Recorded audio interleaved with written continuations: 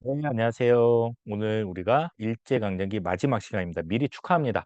마지막이기도 하고 우리가 이제 다음 시간에는 광복을 맞이할 수 있을 것 같습니다. 자, 오늘은 3, 40년대, 특히 40년대에 우리 국외에서 있었던 여러 가지 독립 준비하는 모습을 한번 정리를 해볼 생각입니다. 자, 이야기는 계속 이어진다라고 이야기를 했습니다. 자, 해외 상황만 한번 정리를 하자면 1910 년대는 그렇죠. 독립운동 기지를 건설하고 준비하던 시기, 여기에서 이제 뽑아져 나온 병력이 일본군이랑 본격적으로 맞짱을 뜨던 시기가 1920 년대다. 여러쿵저러쿵 해 가지고 봉훈청간 대자산미통을 거쳐서 이제 한국 독립군 그다음에 조선혁명군까지 살펴봤고, 이들이 이제 한중 연합 작전을 30 년대 초에 전개를 했다라는 얘기를 하고 정리를 했는데, 지지난 시간에 이어지는 내용이라고 생각을 하면 되겠습니다. 자, 오늘은 중요한 군대가 두 개가 나와요. 조선의용대와 한국광복군인데 이 둘의 특징을 잘 구분을 하면은 좋을 것 같습니다. 한중연합의 사례는 어떤 게 있을까요? 또 1940 년대 광복을 준비하던 단체는 또 어떤 활동을 했는지 우리가 한번 순서대로 살펴보도록 하겠습니다. 자, 1930-40 년대는 이렇게 생각을 하면 됩니다. 항일 연합 전선이 확대가 되고요. 그러니까 연합을 자꾸 하려고 했었다. 그다음에 광복을 준비하던 시기였다. 독립운동가들은 40 년대쯤 되면은 이미 알고 있었어요. 얼마 안 가서 일본이 패망하고 우리가 광복을 맞이하겠다. 그러면 우리가 새로운 나라를 어떻게 운영을 할 것인가 구상을 하기 시작한다라는 얘기죠. 자, 먼저 1930 년대 전반의 상황을 살펴볼게요. 자, 이 지역이 만주 지역이죠. 자, 북만주에는 한국 독립군, 남만주에는 조선혁명군이 결성이 돼 있었는데 1931 년이 되면은 일본이 이 만주 지역을 불법으로 점령하는 만주 사변이 일어나게 됩니다. 여러분들 내 적의 적은 뭐가 될까요? 친구가 되겠죠. 공동의 적이 있으면 그 둘은 친구가 될 수 있다라는 얘기예요. 자, 그래서 만주사변 이후에 중국인들이 일본인에 대한 감정이 굉장히 안 좋아집니다. 근데 옆에 보니까 열심히 일본군이랑 싸우는 조선인이 있거든요. 그래서 '한국인이랑 연합을 좀 해야겠다.'라고 생각을 합니다. 그래서 각각 중국군이랑 연합을 해서 뭐 쌍성보 전투, 대전자령 전투, 영릉가 전투, 흑령성 전투 등에서 일본군을 상대로 큰 승리를 거두기도 합니다. 이게 이제 한중연합작전의 사례라고 볼 수 있을 거고요. 한중연합작전의 계기는 만주사변이다, 이렇게 정리를 할 수 있습니다. 만주사변 이후 1년 후에는 일본이 여기에다가 꼭두각시 국가인 만주국이라는 나라를 세워버립니다. 네. 그러니까 나라가 공식적으로 어쨌거나 일본에 의해서 세워진 거예요. 자, 그러니까 이 지역, 만주 지역에서 우리가 활동하기는 더더욱 어려워진 거죠. 어떻게 했을까요? 두 가지 길이 있습니다. 네. 이동을 하거나, 그러니까 다른 곳으로 가거나, 아니면은 몰래 이 지역에 숨어서 하거나, 이동 또는 잔존하게 되는데, 지금 만리장성 선생님이 그려 놨잖아요. 이 만리장성 남쪽 지역을 우리가 관내 지역, 중국 관내 지역이라고 부릅니다. 그래서 일부는 관내로 이동, 일부는 요 만주 지역에서 숨어서 게릴라 활동을 하게 된다. 그게 바로 1930 년대 중후반의 상황입니다. 반존 세력들은 동북 항일 연군을 결성해서 게릴라전을 펼치게 되고요. 중국 관내로 이동한 세력들은 1935 년도에 민족혁명당을 결성을 하게 됩니다. 여기에 주도적인 역할을 했던 사람들이 바로 의열단 계통의 사람들이었어요. 거기에다가 사회주의 계열과 민족주의 계열이 같이 연합을 해서 만들어졌던 당이 민족혁명당이에요. 그러니까 통합이 처음에는 됐었다라는 얘기예요. 그런데 시간이 지나면서 점점 주도권이 사회주의 세력에게 넘어가는 걸 보자 이 민족혁명당 내의 민족주의 계열은 짐을 싸들고 떠나버립니다. 그래서 나중에 임시정부로 합류를 하게 되죠. 자, 어쨌거나 요 민족혁명당은 중국 국민당 정부의 지원을 받아서 1938 년도에 최초의 한인 부대, 중국 안에서 만들어진 최초의 한인 부대인 조선의용대라는 군대 조직을 결성을 하게 됩니다. 조선의용대 하면 여러분들 제일 중요한 거는 중국 땅 안에서 만들어진 최초의 한국인 부대다라는 겁니다. 자, 이 조선의용대는 중국 국민당군과 함께 후방 공작, 그러니까 일본군이랑 싸우긴 하는데 후방에서 주로 이제 공작을 펼치거나 포로를 신문하거나 이런 활동들을 펼치게 되는 거예요. 자, 또 시간이 조금 흐른 거예요. 40 년대로 이제 넘어온 겁니다. 자, 어떤 상황이냐? 이때는 세계적으로 2차 세계 대전이 펼쳐지고 있던 시기였어요. 누가 일으켰죠? 독이일, 독일 이렇게 우리가 기억하고 있죠. 독일, 이탈리아, 일본.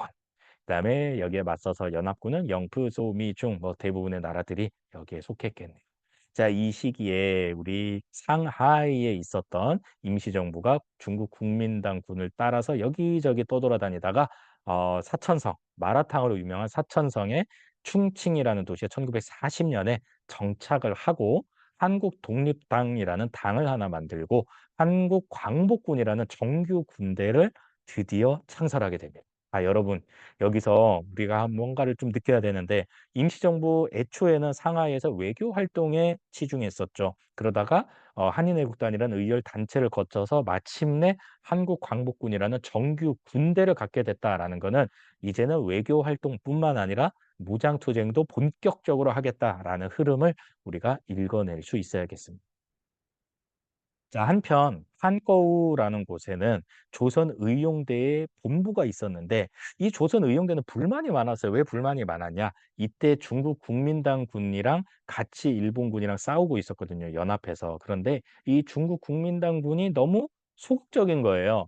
"야, 나 좀 화끈하게 싸우고 싶은데?" 라고 생각한 조선의용대의 일부는 저기 어 공산당의 거점인 예난으로 이동을 하게 됩니다. 그리고 이곳에서 조선의용군을 결성을 하게 되고요. 이 예난 지역의 사회주의 계열의 독립운동가들은 조선독립동맹이라는 독립준비단체를 결성을 하게 됩니다. 자, 한편 남아있던 김원봉을 비롯한 남아있던 조선의용대원들은 어디로 이동을 하느냐? 충칭으로 가서 한국광복군으로 편입이 됩니다. 다시 한번 정리할게요. 이 부분이 조금 복잡한 것 같아요. 자, 조선의용대가 두 개로 갈라졌다 이런 얘기예요. 조선의용대 일부는 사회주의 계열의 예난 지역으로 이동을 해서 조선 독립동맹 밑에 조선의용군을 결성을 하게 되고 남아있던 조선의용대 세력, 김원봉을 비롯한 남아있는 세력은 임시정부 밑에 있는 한국광복군으로 들어갔다. 이렇게 이제 두 갈래로 갈라졌다. 이런 얘기를 한 겁니다. 자, 한국광복군 임시정부 소속이죠. 대일 선전포고를 하고요. 본격적으로 일본과의 전투에 투입이 됩니다. 이때 요 연합군들 있죠. 뭐 미국 또는 영국이죠. 특히 영국. 이 연합군 합동작전을 펼치게 되는데 뭐 인도 미얀마 전선에서 큰 성과를 거두기도 합니다. 인도 미얀마 전선 요거 좀 잘 기억을 해 두세요. 궁극적으로는 우리가 직접 한반도로 밀고 들어가서 우리 손으로 일본군을 쫓아내고 독립을 맞이하는 거죠. 그게 바로 국내 진공 작전입니다. 국내 진공 작전을 준비를 열심히 했습니다. 성공했을까요? 실패했을까요? 시도도 하기 전에 일본이 너무 빨리 항복을 해 버립니다. 그래서 시행되지는 못했습니다. 조금 아쉬운 측면이 있죠. 자, 그리고 이제 해방된 이후에는 어떤 나라를 세워야 되는가 건국 강령을 발표를 하기도 합니다, 임시정부가. 자, 이때 바탕이 됐던 사상이 바로 삼균주의입니다. 삼균주의. 세 가지가 균등해야 된다라는 조소왕의 사상입니다. 여러분 교과서 232쪽 날개글에 삼균주의가 주석 처리되어 있으니까 한번 읽어 보면은 어렵지 않게 이해할 수 있을 겁니다. 자, 한편 서울, 경성이라고 이때는 불렸는데 서울에서는 여운형 중심으로 조선 건국동맹이 1944 년도에 결성이 돼요. 여기에서 이제 전국 지역에 이제 지방 조직을 만들고 여러 계층을 포함한 조직을 구성을 하고 이제 독립을 준비를 하게 됩니다. 이게 이제 해방되고 나서 가장 발빠르게 움직일 수 있는 바탕이 된 거예요. 일단 국내에 있었고 지방의 여러 조직들을 이미 만들어 놓고 있었기 때문에 해방된 직후에는 조선건국동맹이 조선건국준비위원회라는 이름으로 바뀌게 됩니다. 자, 여러분 잠깐만 한숨 돌리고 갈게요. 지금 어떤 상황이냐면요. 임시정부를 비롯한 여러 독립운동 단체가 있었던 시기다라는 거예요. 충칭에는 대한민국 임시정부, 그다음에 예난 지역에는 사회주의자들에 의한 조선 독립동맹, 그다음에 국내에서는 여운형을 중심으로 한 조선 건국동맹 요 세 개 단체가 있었다 대표적으로. 그리고 이 세 개 단체는 다 각각 건국 강령을 발표를 합니다. 그 내용이 여러분 교과서에 232 쪽부터 33쪽 아래쪽에 각각 잘 나와 있습니다. 읽어 보면은 공통점이 좀 보여요. 어떤 공통점이 있었느냐? 첫 번째로 공화정을 세우겠다라는 게 공통 목표였어요. 입헌군주제나 왕정처럼 임금을 모셔오지 않는다. 그냥 한마디로 백성들, 국민들이 주권을 갖는 공화정을 하겠다라는 게 첫 번째 공동 목표였고요.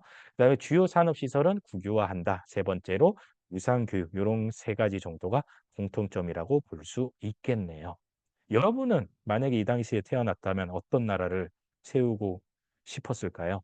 여러분만의 건국강령 한번 생각해 보는 것도 의미가 있을 것 같습니다. 자, 마지막으로 2차 세계대전이 끝날 때쯤 열렸던 세 차례의 국제회담을 정리를 하겠습니다. 순서대로 카얄포입니다. 카이로 회담, 얄타 회담, 포츠담 회담. 자, 카이로 회담에서는 최초로 우리나라 독립이 언급이 됩니다. 자, 두 번째 얄타 회담은 어떤 시기였냐면요. 이탈리아는 이미 항복을 했고 독일은 너덜너덜해서 항복 직전이에요. 이미 거의 뭐 항복했다라고 보면 일본만 지금 남아 있는 상황이었거든요. 자, 근데 여러분들 소련이라는 나라를 한번 떠올려 보세요. 아시아, 동아시아에서부터 쭉 길게 유럽까지 펼쳐져 있잖아요. 이미 독일은 이제 힘이 빠졌어. 더 이상 싸울 필요가 없을 것 같아. 그래서 그때 당시에 얄타 회담에서는 "소련, 너네 잘 싸우잖아. 군대를 동쪽으로 돌려서 동쪽의 일본군이랑 좀 싸워라." 소련의 대일전 참전이 이때 결정이 되기도 합니다. 마지막 세 번째 포츠담 회담에서는 우리나라 한국의 독립이 재확인됐을 뿐만 아니라 "일본에게 무조건 항복해라."라고 이제 윽박지르는 이제 그런 회담이 바로 포츠담 회담이기도 해요. 항복을 요구를 했다라는 거예요. 일본은 항복할 마음이 전혀 없었죠.